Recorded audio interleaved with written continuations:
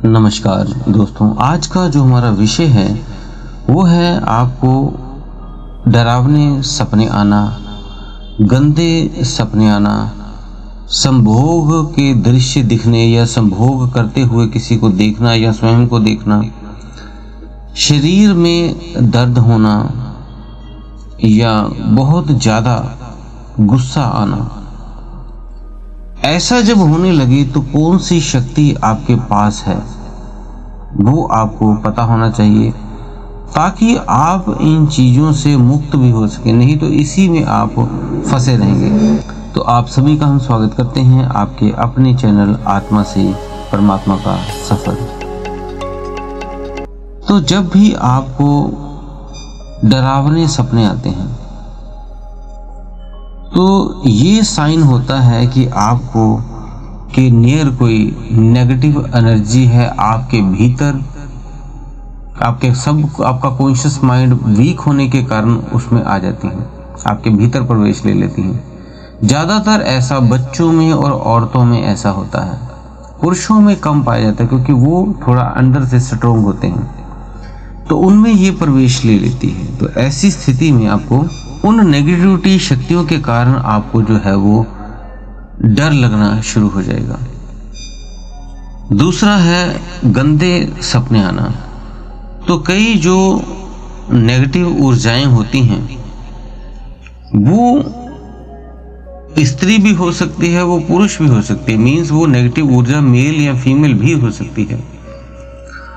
अब वो होती कौन सी हैं? जो मनुष्य जो होते हैं या स्त्रियां होती हैं अपने उम्र से पहले जब वो मर जाते हैं किसी एक्सीडेंट या किसी और चीज़ों में, या अचानक से मृत्यु हो जानी है, तब वो उनकी योनि प्रेत योनि में चली जाती है।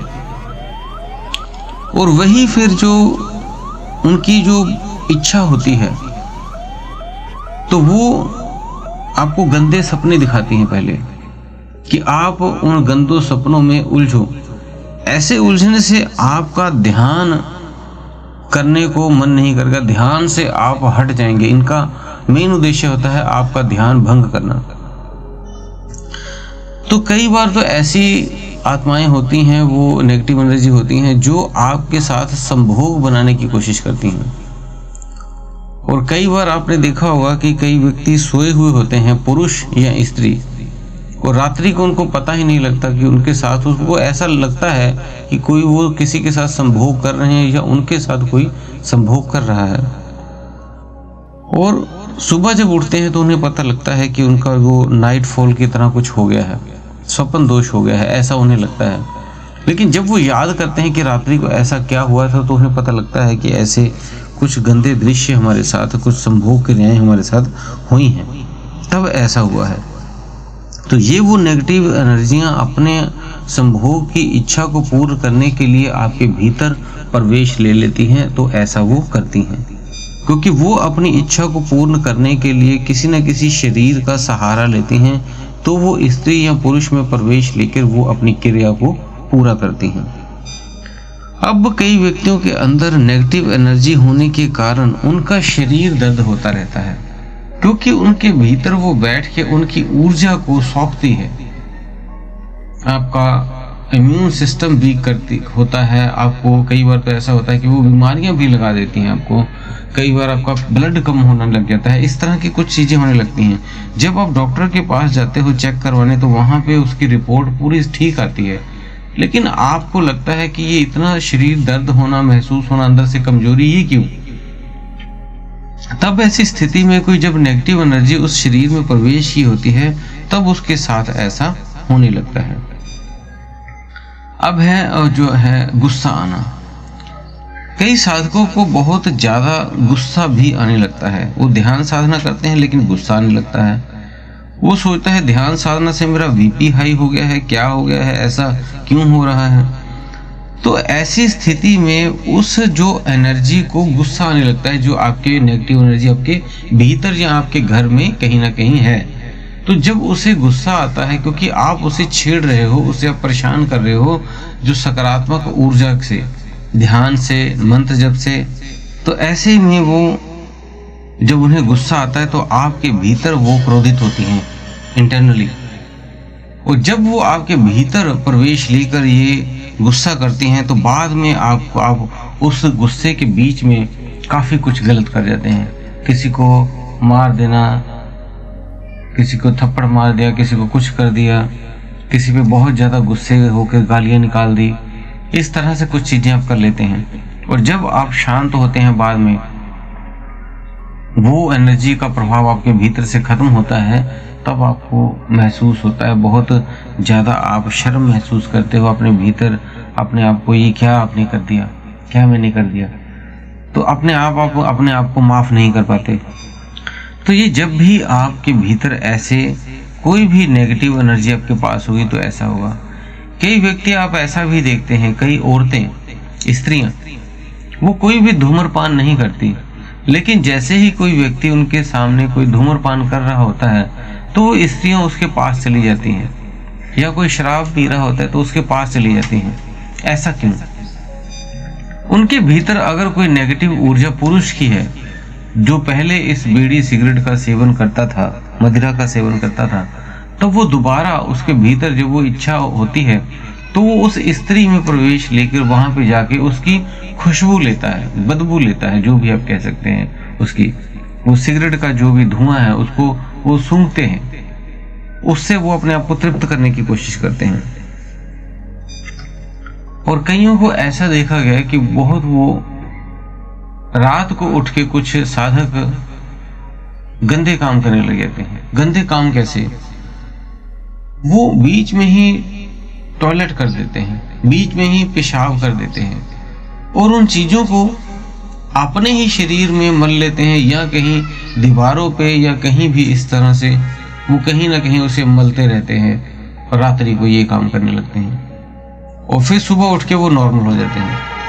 उन्हें पता ही नहीं होता रात्रि उन्होंने ये क्या किया। ऐसे में भी वो नेगेटिव एनर्जी उनके भीतर प्रवेश लेती है और ये चीज उनके साथ कार्य करती है। कई स्त्रियों और पुरुषों के साथ ऐसा हुआ है। तो अब इसका निवारण क्या करें? उसका निवारण भी जानते हैं। आप जो भी नाम जप, सिमरन, ध्यान करते हो उसे कंटिन्यू रखें, क्योंकि जैसे ही आप ये करेंगे आपका ऑरा स्ट्रॉन्ग होना शुरू हो जाएगा, और जैसे जैसे आपका ऑरा स्ट्रॉन्ग होगा आपके भीतर, वो शक्ति रह नहीं पाएगी आपके घर में या आपके भीतर। वो उसको एक तरह से बहुत ज़्यादा बेचैनी महसूस होगी, या तो वो नष्ट हो जाएगी फिर, या तो वो छोड़ के चल जाएगी। उसके लिए और क्या करना पड़ेगा? 3 चीज़ें आपने करनी है। पहला है, आपने डेली रोज रूटीन में 11 बार हनुमान चालीसा पढ़नी है। हनुमान जी को पूरा आपने प्रार्थना करके कि इस एनर्जी को मेरे यहाँ से, घर से और शरीर से मुक्त कीजिए। और एक आपने 11 दिन क्या करना है, एक नींबू रोज अपने जेब में रख लेना है, और उस नींबू को रखे रखना है। और अगले दिन, जैसे सुबह आज आपने रखा है, तो अगले दिन उस नींबू को आपने किसी भी चलते पानी में फेंक दें। गंदा नाला हो, अगर नहीं कहीं मिल रहा तो आप डस्टबिन में फेंक दें। अगले दिन फिर एक नींबू रखें सुबह, और फिर ऐसे ही पूरा दिन रखेंगे। और रात्रि को अपने कपड़े टांग दिए, ठीक है, या आपने कोई पैजामा रात को पहनते हैं तो उसमें डाल लें सारी रात्रि का। मतलब पूरा दिन और रात वो नींबू आपके साथ होना चाहिए, आपके शरीर के साथ, जैसे जेब में होना चाहिए। तो 11 दिन वो नींबू आपने जो है वो डस्टबिन में डालते रहना है, या कोई चलते पानी में फेंकते रहें। ऐसा आपने 11 दिन हनुमान चालीसा करनी है, 11 दिन ये नींबू का प्रयोग करना है। और ये 11 दिन आपने ध्यान, सिमरन जो है, नाम जप, वो छोड़ना नहीं है, उसे कंटिन्यू करते रहना है। जब इसको आप 11 दिन पूरे कर लेंगे तब वो संकल्प करके ये सारा करना है, कभी बिल्कुल भी इसको छोड़ना नहीं है, पूरे 11 दिन कंटिन्यू करते रहें। फिर आप देखेंगे उसका जो बल है वो या तो समाप्त हो जाएगा या बहुत कम हो जाएगा, वो नष्ट होने वाली शक्ति हो जाएगी। ऐसे आप उसके प्रभाव देखेंगे कि जो ये चीज़ें हो रही थी वो आपके साथ खत्म होनी शुरू हो जाएंगी। तो उस ऊर्जा को जब कष्ट होगा, दुखी होगी, वो अपने आप वहाँ से निकल जाएगी, या वो जो नींबू आप रोज रख रहे हो उसमें वो अपने आप उसकी शक्ति कमज़ोर होती जाएगी, वो धीरे धीरे इतना कमज़ोर हो जाएगा कि वहाँ से चला जाएगा। तो ये आप इस तरह से करके अपने इस जो आपको समस्या है इससे आप निदान पा सकते हैं, आपके इन कष्टों का आपका निवारण हो जाएगा। तो आप ये प्रोसेस करके देख सकते हैं। तो दोस्तों उम्मीद है दी हुई जानकारी से आप संतुष्ट होंगे। अगर आप हमारे चैनल पर नए हैं तो चैनल को सब्सक्राइब करके बेल बटन को दबा लें, और इस तरह की अगर किसी को समस्या है तो आप ये वीडियो उनको शेयर कर दें ताकि वो ये करके इस कष्ट से निवारण ले सके। तो इसी के साथ आप सभी से हम विदा लेते हैं। धन्यवाद।